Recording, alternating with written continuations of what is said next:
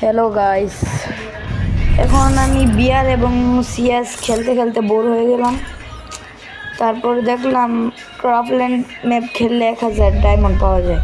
ঢুকে গেলাম, এখন দেখা যাক সত্যি কি পাওয়া যায় কিনা। সর্বপ্রথম আমি ঢুকলাম, ঢোকার পরে এই স্টেপগুলো পার হতে হবে। আমি সেন্টিনো ক্যারেক্টার দিয়ে সহজেই পার হয়ে গেলাম,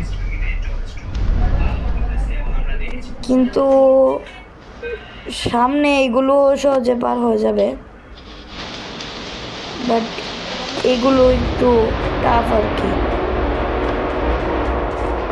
হ্যাঁ দেখুন, দেখুন আমি কতবার পড়ে গেছি এখান থেকে। তারপর তাই আমি মধ্যে থেকে কিছু ভিডিও কাট করে এখানে পৌঁছে গেলাম এবং উইন। এখন কিছুই তো পারলাম না ভাই।